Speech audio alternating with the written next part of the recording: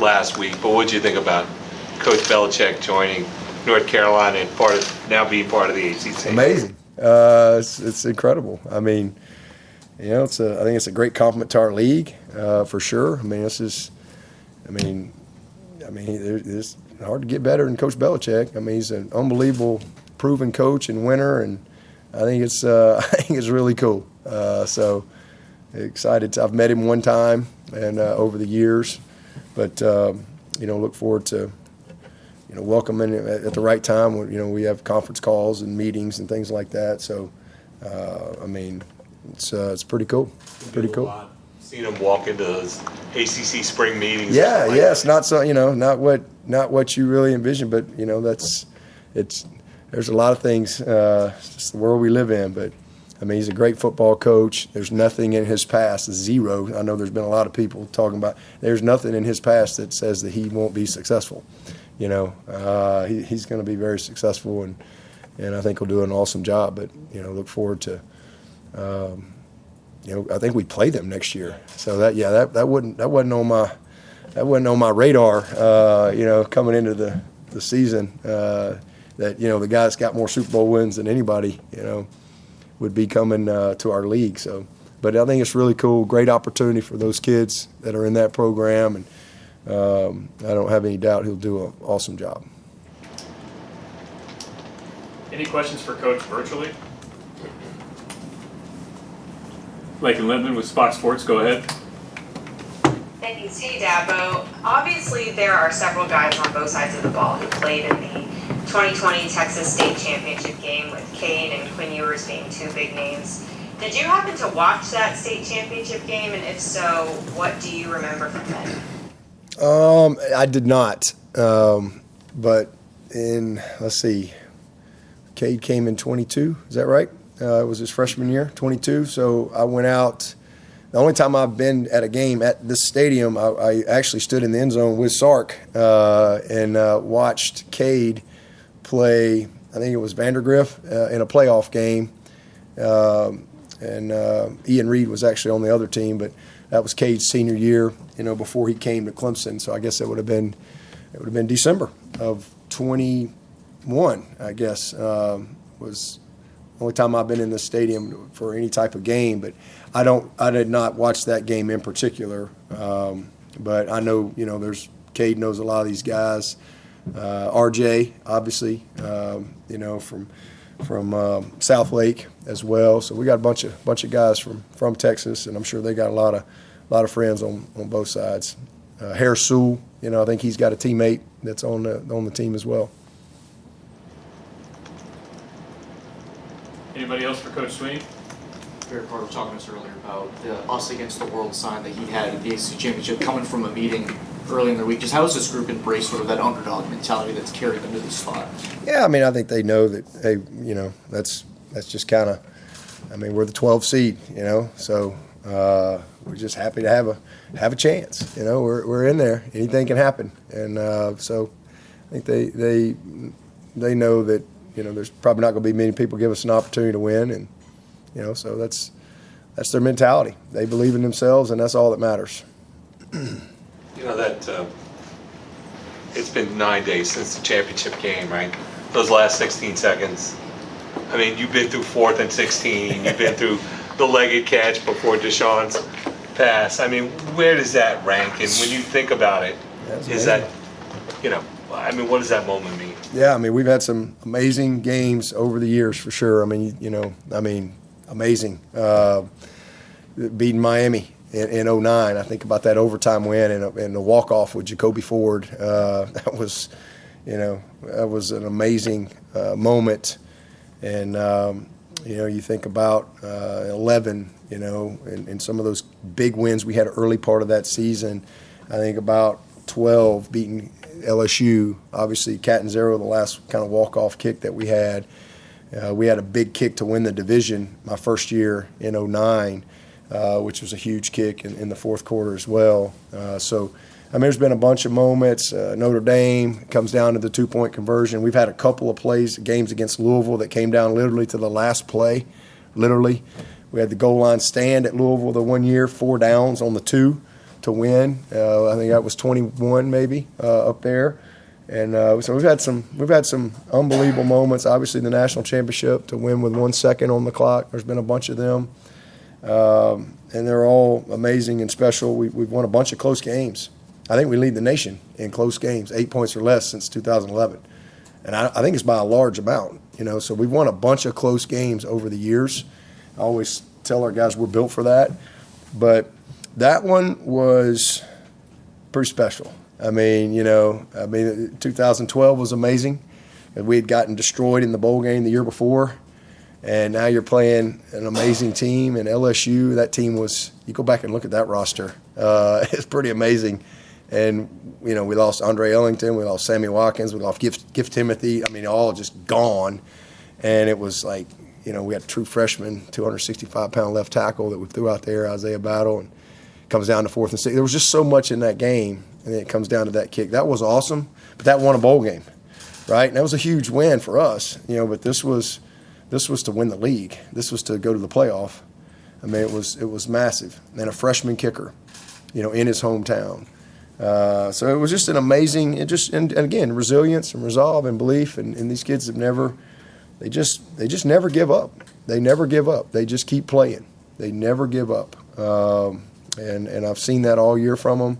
And, they just keep showing up and keep going. And that was awesome. For a lot of reasons. One is we were going to fair catch it. And it was like, no, let's return it. I don't care where it is. Like, let's return it. Maybe it pops. And it hit. And then it was, and we had muffed a couple earlier in the game. And then it was, okay, we got 9 seconds. It was just a lot that, okay, we got a chance here. And we practiced that.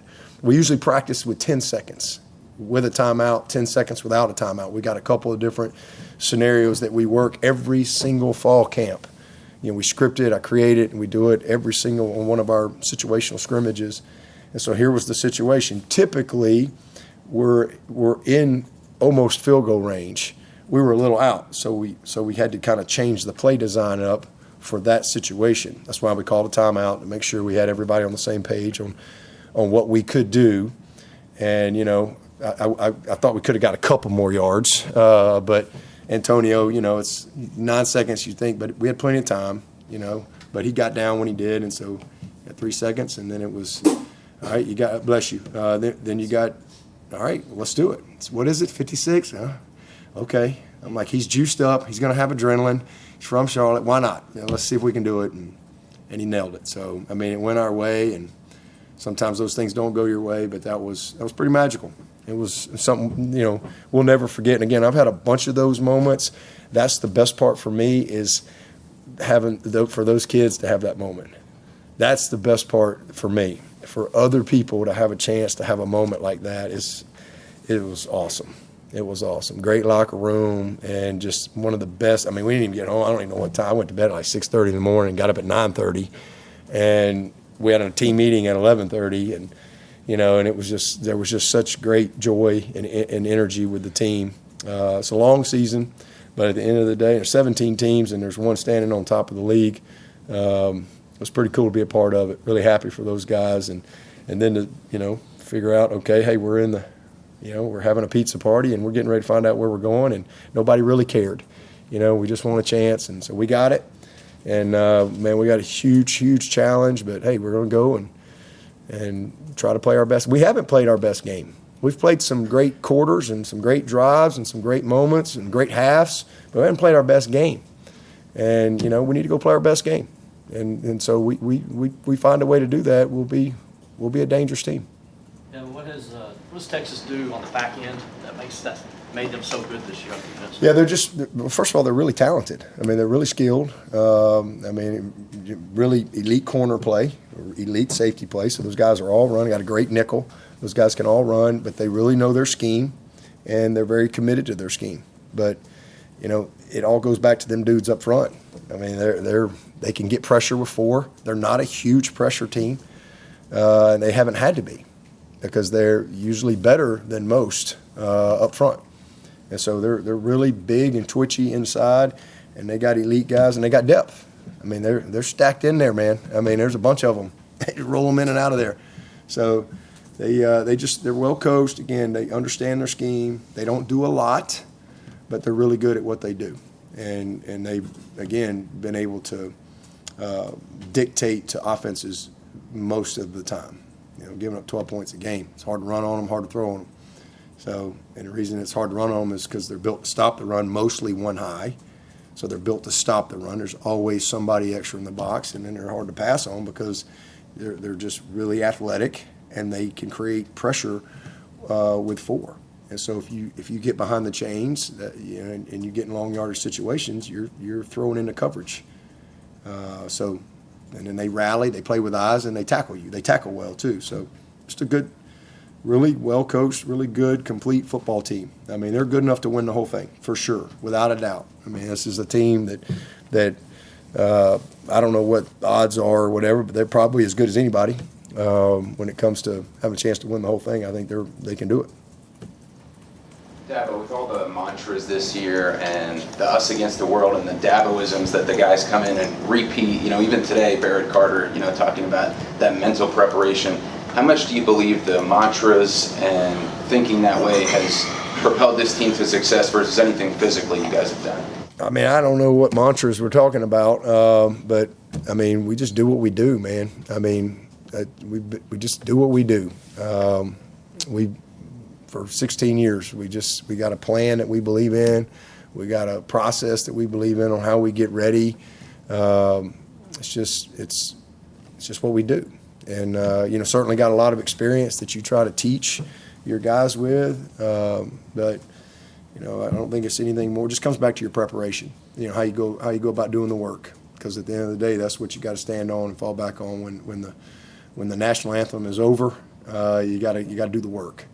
And the work is a reflection of how you think, how you prepared, your readiness, your mentality. I mean, it's physicality, it's toughness, it's belief, it's all those things. So you just, have a process that you believe in to get ready to play every single week, whether it's game 1 or game 14. It really doesn't change a whole lot. Outside stuff can change a lot. Based on, you're coming off a bad game, you're coming off a good game, you had a great year, or whatever it is, whatever the narratives are. This particular case, there's a little bit more because you're in the playoff. And, but it's still the same stuff. It's really not any different. And it's just doing routine stuff the right way. And like today will be a Monday practice. It won't be any different today than it was game 5. Just must have a great Monday practice, and you create when you do that, you create rhythm, and you create confidence in how you prepare, and that to me is what leads to consistency. And we've been incredibly consistent. The one thing you cannot say about you, there's a lot of people like to say a lot of stuff about us, but you can't say we've been inconsistent as a program. We've been the model of consistency, the model, and that's a big reason why, is just our process and how we go about it day in and day out. When you were in the 14 playoffs and you would go to bowl settings and Yep. you have all the national media day there and have the national media day and all that. Yep. It was a real big deal, obviously. But this is playoff. Does this feel like a playoff type of a feel for you like you had back then, or is it different because you're going on an opponent's field and making a trip to another school? It's very different. Again, had we gotten the bye, it would feel the same because you don't play till January 1. So now you got basically a month from the time you play your championship game. You're not working during finals. You got more time. And but even with that, it's different because in the past, when it was a Final Four and you went to the playoff, you went for a week. 5, 6, 7 days, depending on whenever you arrived. Whereas this, the Peach Bowl, I think, is on Wednesday. So we will practice here on Sunday and go Sunday night, and then you'll have your Thursday practice on Monday, your Friday practice on Tuesday, and you play the game. So all of that is different with this era. That's a very different change. In fact, that's exactly like the national championship used to be. So the national championship, you get out there and on Friday, You'd have your Thursday practice on Saturday, you'd have your Friday walkthrough on Sunday, and you play the national championship on Monday. So the second round, third round are just like the national championship. That's what that will feel like. The first round is it's a road game. It's like a bye week, But as far as the intensity of it and the feel of it, that feels exactly the same. I mean, there's an edge that's unique. That part is the same. The process to get to it is very different because the system is different. It's a true road game. You have less time to get ready if you play in the first round. But if you're Arizona State and you get the bye to the Peach Bowl, it's like a bowl prep because you know but you don't know who you're playing. But you got more time to prepare for both teams, and then you've got more time to work with your young guys and things like that. You can manage your time better from a health standpoint, because you don't have to get right back to it. But it will be different because it's not a true bowl. You get 3 nights, but you're honing in ready to play. Typically, when you go to bowl games, you get the first 3 nights, you're kind of settling in. You've got some fun stuff to do built into your schedule, and then you kind of taper into the game, your game mindset. So that part is very different. But it's the intensity of it, the edge of it is still the same.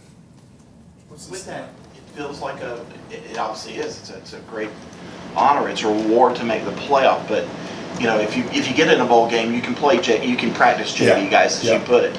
Do you feel like there'll be tweaks to this to maybe try and lengthen this out a little bit, where the losers, it's not just a hard cut off December 21st, you're done? David, there's going to be tweaks to everything. There's not probably anything that's going to stay the same between now and the next 2 to 4 years. I mean, I think there's going to be a million changes, and there needs to be some in a lot of different areas. But, it is what it is right now. So that's just our reality, and we just lock in, and, hey, it is what it is.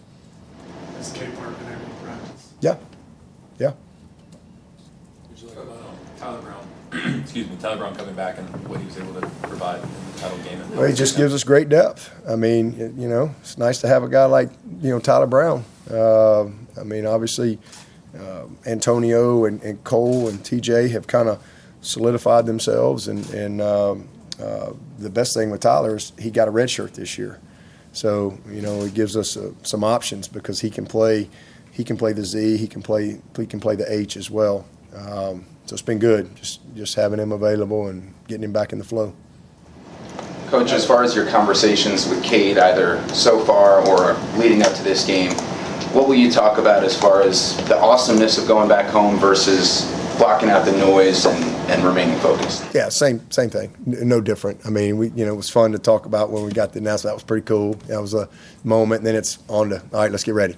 And then it's just on to the opponent. What do they do? What do we got to get ready for? Who are they? What's their DNA? What's our plan? What do we got to do to win? That's same old deal, regardless of who you play. Yeah, but you mentioned earlier. Probably had to get a few more tickets, though, I would say, for this one.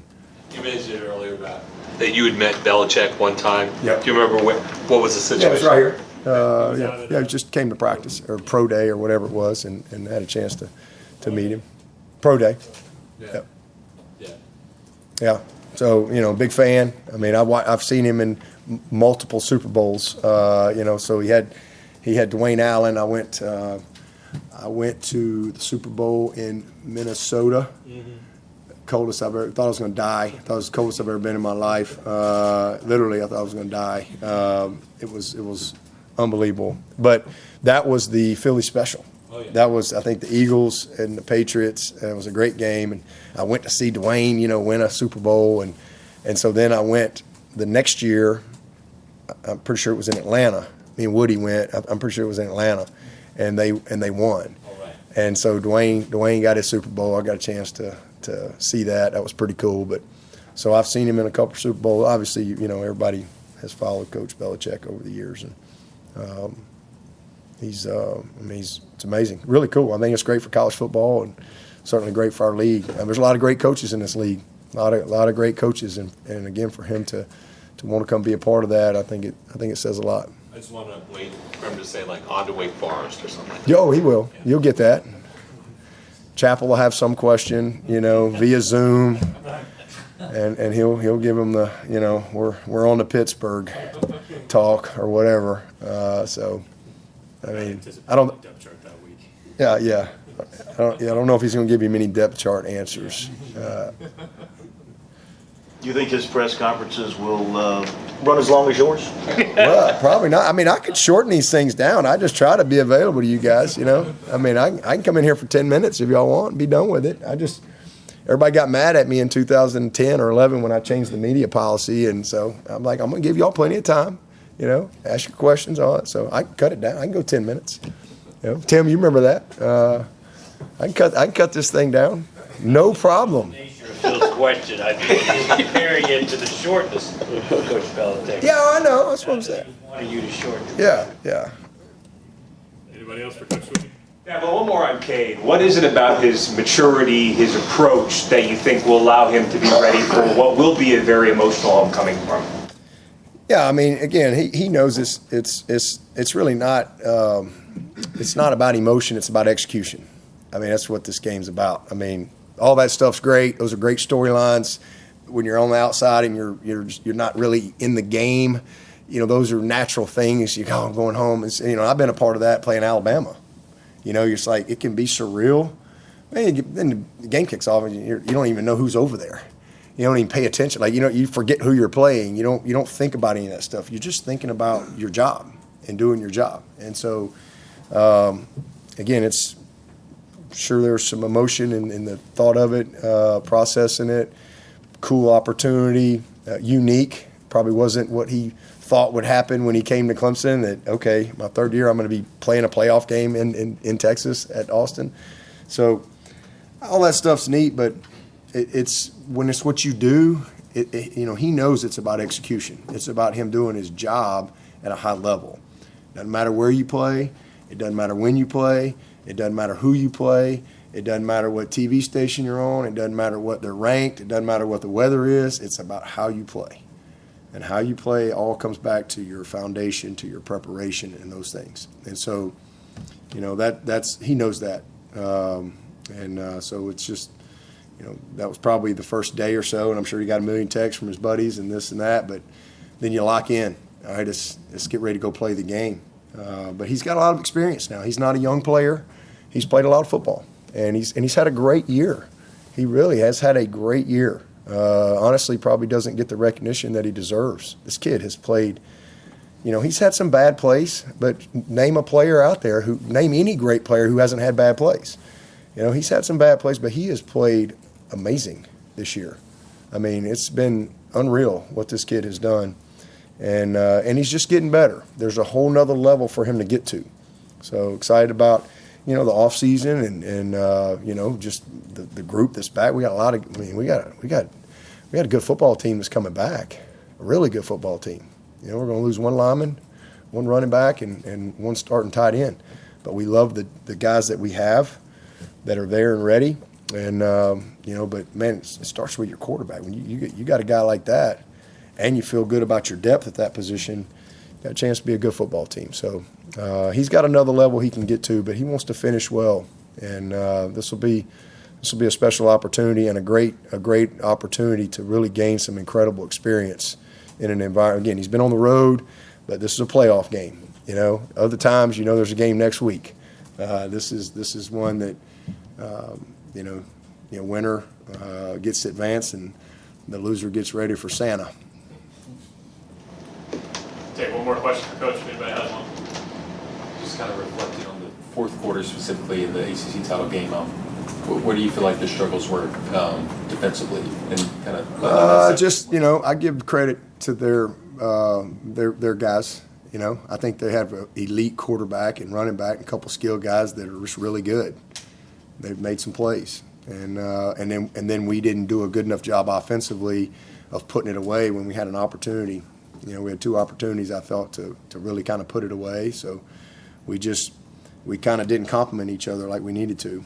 And, you got to give them credit. That's why they're undefeated. That's why I don't know, what were they, number 3 scoring offense or 4 or 5, something like that, coming into in the country. Those guys can score, and they can score quick. So, just hard-fought game, and it was a great game.